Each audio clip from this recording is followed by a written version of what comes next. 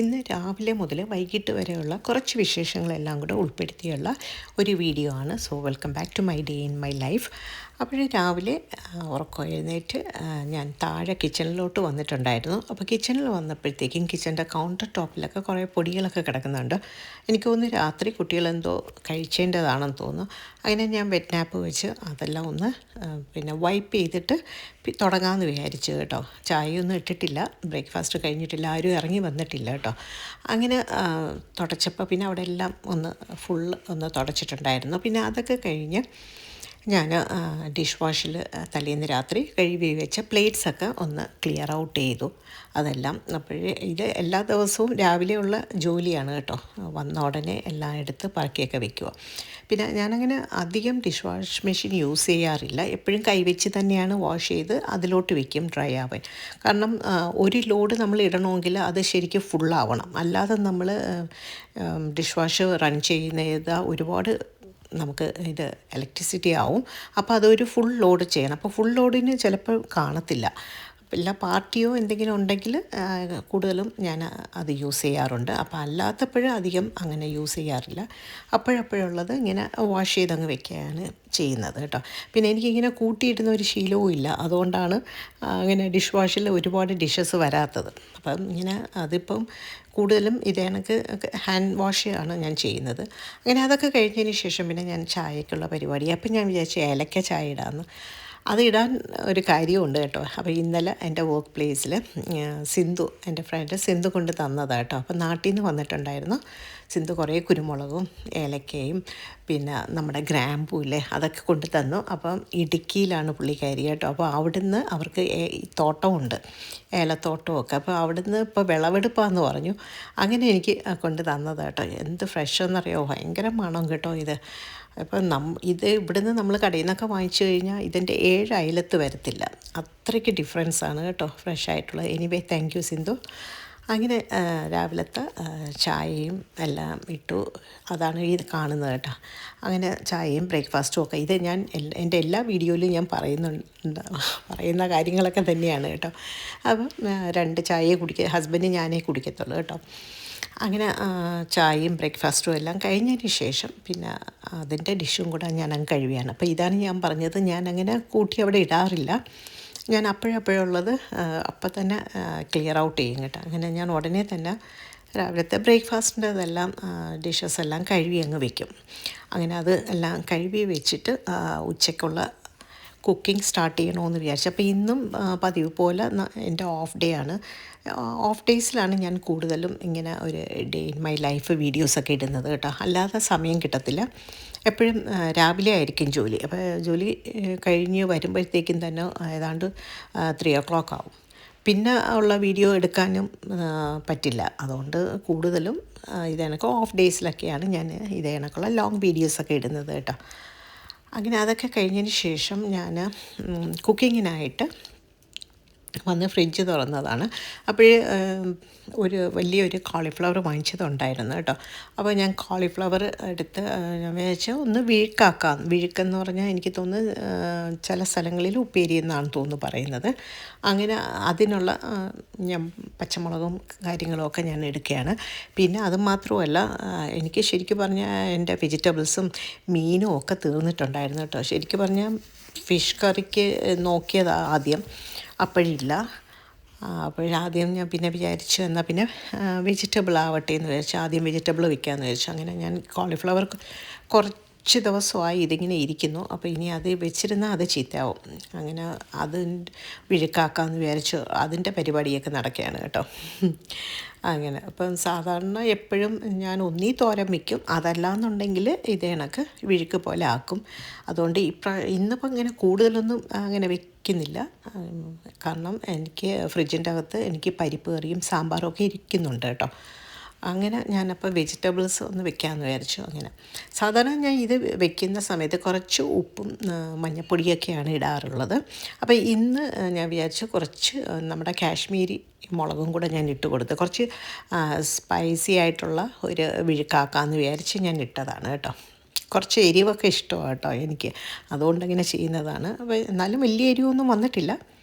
അങ്ങനെ അത് പിന്നെ നമ്മുടെ കോളിഫ്ലവറിന് അങ്ങനെ വലിയ വേവൊന്നും ഇല്ലല്ലോ. ഒരു 2 മിനിറ്റ് ഇങ്ങനെ അടച്ചു വെച്ചിട്ട് എടുത്തതേ ഓൾറെഡി ഇവിടെ റെഡിയായി വന്നിട്ടുണ്ട് കേട്ടോ. അപ്പോൾ കോളിഫ്ലവറിൻ്റെ കുക്കിങ്ങൊക്കെ അങ്ങനെ കഴിഞ്ഞു. അതിനുശേഷം പിന്നെ ഞാൻ വിചാരിച്ചു ഇനി ബാക്കി അപ്പം ഞാൻ കുറച്ച് എന്താ നമ്മുടെ ഈ മസാല ഇല്ലേ, ഇറച്ചി മസാല ഇവിടെ ഇട്ട് കൊടുത്തിട്ടുണ്ടായിരുന്നു കേട്ടോ. അപ്പം നല്ലൊരു മണം വരും. അത് കഴിഞ്ഞതിന് ശേഷം ഞാൻ എന്താ ചിക്കനാണ് എടുക്കുന്നത് കേട്ടോ. അപ്പോൾ ചിക്കൻ ഞാൻ തലേന്ന് തന്നെ എടുത്ത് മുകളിൽ വെച്ചിട്ടുണ്ടായിരുന്നു. ശരിക്കും പറഞ്ഞാൽ ഞാൻ ഫിഷ് വെക്കണമെന്ന് വിചാരിച്ചതാണ്. അപ്പോൾ എൻ്റെ എല്ലാ ഫിഷും തീർന്നിട്ടുണ്ടായിരുന്നു. അപ്പോൾ ഇനിയിപ്പം ഇന്നിപ്പോൾ ഗ്രോസറിക്ക് കൂടി പോകണം. 2 ദിവസം കൊണ്ട് ഗ്രോസറിക്ക് പോകണമെന്ന് വെച്ചപ്പോൾ മറ്റേ ഈസ്റ്ററും ദുഃഖ വെള്ളിയാഴ്ചയൊക്കെ കാരണം അതങ്ങനെ അങ്ങ് നീണ്ടു പോകാൻ പറ്റിയില്ല. അങ്ങനെ ഞാൻ ചിക്കൻ കറിക്കുള്ള എല്ലാം അരിഞ്ഞെടുക്കുകയാണ് കേട്ടോ. സവാളയും പിന്നെ തക്കാളി, ഉരുളക്കിഴങ്ങൊക്കെ ഇങ്ങനെ ചെയ്യുന്നു. അപ്പോൾ ഞാൻ ചിക്കൻ കറി ഇതിനു മുമ്പ് ഞാൻ കാണിച്ചിട്ടുണ്ട്. ഞാൻ എപ്പോഴും ചിക്കൻ കറി വെക്കുന്നതിന് മുമ്പേ അത് ഒന്ന് മസാലയൊക്കെ തേച്ചിട്ട് ചെറുതായിട്ടൊന്ന് ഫ്രൈ ചെയ്തെടുക്കും കേട്ടോ. അങ്ങനെ പിന്നെ വെജിറ്റബിൾസിൻ്റെ കട്ട് ചെയ്തതൊക്കെ നമ്മളിങ്ങനെ കമ്പോസ്റ്റിൽ ഇട്ടാണ് വെക്കേണ്ടത്. ഇവിടെ കമ്പോസ്റ്റ് പ്രത്യേകം ഇടണം, പിന്നെ റീസൈക്ലിംഗ് പ്രത്യേകം ഇടണം, ഗാർബേജ് പ്രത്യേകം ഇടണം, അങ്ങനെയൊക്കെ ഉണ്ട് കേട്ടോ. 3 ബിന്നാണ്. ശരിക്കും ആ 3 ബിന്നിൽ നമ്മൾ കറക്റ്റിന് ഇടണം. അതല്ലാന്നുണ്ടെങ്കിൽ അവർ നമുക്ക് ഫൈൻ അടിച്ച് തരും. അപ്പോൾ ഇത് കമ്പോസ്റ്റ് ഇടുന്ന ബിന്നാണ് കേട്ടോ. അങ്ങനെ അതിനൊക്കെ ശേഷം ഞാനിങ്ങനെ ചിക്കൻ ഓരോന്ന് ഫ്രൈ ചെയ്തെടുത്തിട്ടുണ്ട്. ചെറിയൊരു ഷാലോ ഫ്രൈയേ ചെയ്യത്തുള്ളൂ. ഒരുപാട് ഇട്ടങ്ങോട്ട് നമ്മൾ ഫ്രൈ ആക്കില്ല ചിക്കൻ കറിക്ക്. ചെറുതായിട്ട് ഒരു ഷാലോ ഫ്രൈ ചെയ്തിട്ട് പിന്നെ നമ്മുടെ ഇങ്ങനെ ഉള്ളിയെല്ലാം വഴറ്റിയിട്ട് ചിക്കനൊക്കെ ഇട്ട് മസാലയൊക്കെ ഇട്ടെടുക്കും. അങ്ങനെ വെക്കുന്നത്. അപ്പം നല്ല ടേസ്റ്റാണ് കേട്ടോ. അങ്ങനെ വെക്കുമ്പോഴത്തേക്കും ആ കറിക്ക് നല്ലൊരു മണമൊക്കെ കിട്ടും. അങ്ങനെ ചിക്കൻ കറി ഏതാണ്ട് റെഡിയായി. പിന്നെ ഞാൻ അകത്തിരുന്ന പരിപ്പ് കറിയും കൂടെയൊക്കെ എടുത്ത് വെച്ചിട്ടുണ്ടായിരുന്നു കേട്ടോ. അപ്പോൾ വലിയ കുക്കിങ്ങൊന്നുമില്ല. പിന്നെ ഇതൊന്ന് ഞാൻ ഒന്ന് കാണിക്കാമെന്ന് വെച്ചു. ഇത് ഈസ്റ്ററിന് എനിക്ക് മനുവും വൃന്ദയും കൂടെ കാണാൻ വന്നിട്ടുണ്ടായിരുന്നു കേട്ടോ. അപ്പോഴവർ കൊണ്ടുവന്ന ഫ്ലവറാണ് കേട്ടോ. എനിക്ക് ഭയങ്കര ഇഷ്ടമാണ് ഫ്ലവേഴ്സ്. അങ്ങനെ അതെല്ലാം കഴിഞ്ഞതിന് ശേഷം പിന്നെ കിച്ചണൊക്കെ ഞാനൊന്ന് പിന്നെ തൂക്കുന്നതിന് പകരം ജസ്റ്റ് ഒന്ന് വാക്യൂം ചെയ്യും കേട്ടോ. അപ്പോൾ വാക്യൂം ചെയ്യുമ്പോൾ എല്ലാ പൊടിയും കൂടെ ഇനി വരും. അങ്ങനെ ഒന്ന് ഫുൾ അവിടെ എല്ലാം വാക്യൂം ചെയ്യും. എല്ലാ ദിവസവും നമ്മൾ വാക്യൂം ചെയ്യണം കേട്ടോ.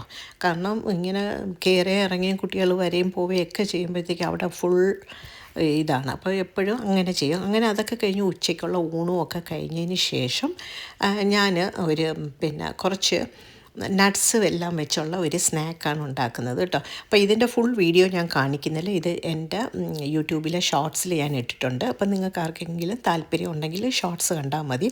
അത് എനിക്ക് ഫേസ്ബുക്കിലും ഞാൻ ഇട്ടിട്ടുണ്ട് കേട്ടോ. ഫേസ്ബുക്കിൻ്റെ പേജിലും ഇട്ടിട്ടുണ്ട്. അപ്പോൾ കാരണം ഫുൾ വീഡിയോ കാണിച്ചു കഴിഞ്ഞാൽ ഒരുപാട് ലെങ്ത് ആയി പോവും. അതുകൊണ്ട് നല്ല ഹെൽത്തി ആയിട്ടുള്ള ഒരു സ്നാക്കാണ്. ഉള്ളി നട്ട്സ് മാത്രമാണ് കേട്ടോ ഇത്. ഇപ്പോൾ ഇത് കണക്ക് ഞാൻ ചെയ്ത് ഒരു കണ്ടെയ്നറിലാക്കി ഇങ്ങനെ വയ്ക്കും. അപ്പോൾ നമുക്കെടുത്ത് കഴിക്കാം. അങ്ങനെ ഇതെല്ലാം കഴിഞ്ഞതിന് ശേഷം ഏതാണ്ട് വൈകിട്ടായി. അപ്പം ഞാൻ ഒരു ഗ്ലാസ് ചായയും കൂടെ ഇട്ടിട്ട് ഇനി കുറച്ച് നേരം ഇരിക്കാമെന്ന് വിചാരിച്ച് രാവിലെ ഞാൻ എഴുന്നേറ്റ് വന്നതാണ്. ഇരുന്നിട്ടില്ല കേട്ടോ.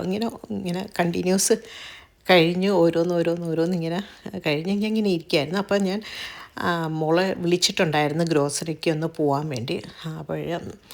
അങ്ങനെ അതിന് മുമ്പ് ഞാൻ ഓടി വന്നൊരു ചായ ഇട്ട് കുടിക്കുകയാണ് കുറച്ച് നേരം.